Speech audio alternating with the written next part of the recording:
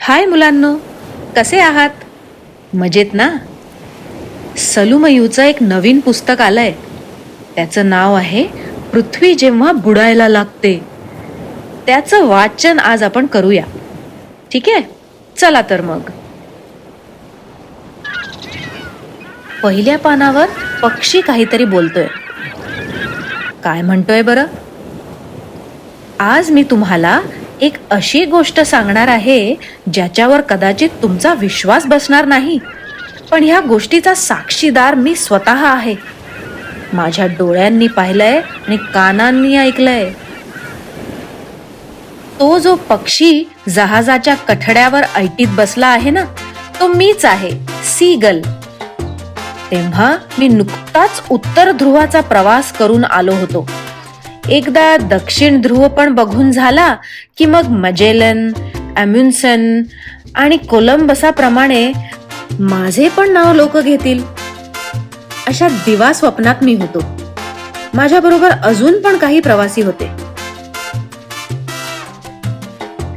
त्याच जहाजातून भारताचे 2 वैज्ञानिक हवामानासंबंधी प्रयोग करण्यासाठी मुंबईहून अंटार्क्टिका खंडाकडे प्रवास करत होते. त्यांच्या बरोबर होतं एक अद्भुत यंत्र, ऋतुचक्र.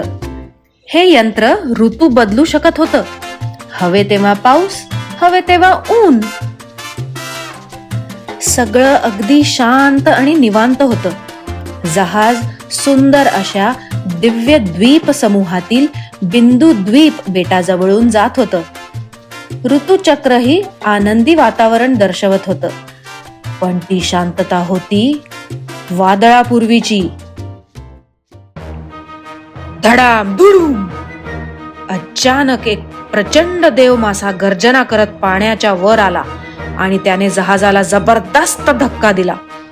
जहाज उलटलं. देवमाशाने पटकन ऋतुचक्र उचललं आणि तो समुद्रात गायब झाला. त्या जबरदस्त धक्क्याने ऋतुचक्राचा काटा थेट वादळ आणि पाऊस या बिंदूवरच अडकून पडला. तेव्हापासून सुरू झाल्या ढगांच्या डरकाळ्या, त्यांच्या जोडीला मुसळधार पाऊस आणि वेगवान वाऱ्याचे थैमान. सततचं वादळ, अखंड पाऊस आणि थांबण्याचं कोणतंही चिन्ह नाही. सीगल पक्षी म्हणतो, आजपर्यंतच्या प्रवासामुळे सगळे समुद्री प्राणी माझ्या ओळखीचे झाले होते.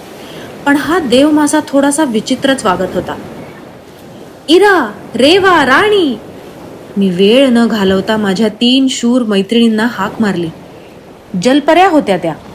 त्यांना सगळा प्रसंग सांगितला. तेव्हा राणी चिंतातूर होत म्हणाली, आपल्याला ते यंत्र परत मिळवायलाच हवं. नाहीतर पावसामुळे बेट पाण्याखाली जातील आणि त्या बेटांवरील समुद्री पक्ष्यांची घरटी नष्ट होतील. रेवा घाबरून, बेट बुडाली तर प्राणी आणि पक्ष्यांना त्यांचा जीव गमवावा लागेल. हे तर महाभयंकर संकट आहे. पण हा दुष्ट देवमासा सापडेल कुठे? इराने विचारले. मग सीगल म्हणतो, खेकडा खुर्द, कासव पाठ किंवा मासोळी कारंजे या बेटांपैकी एकावर. वेळ नाहीये मुलींनो, लगेच निघूया, रेवा म्हणते. पण तो देवमासा खूप मोठा आणि शक्तिमान आहे, इरा म्हणते. राणी म्हणते, मग काय झालं? कधी कधी शक्तीपेक्षा युक्ती श्रेष्ठ ठरते. आपण जलपऱ्या आहोत. आपल्यासाठी अशक्य काहीच नाही. चला, पृथ्वीला वाचवूया.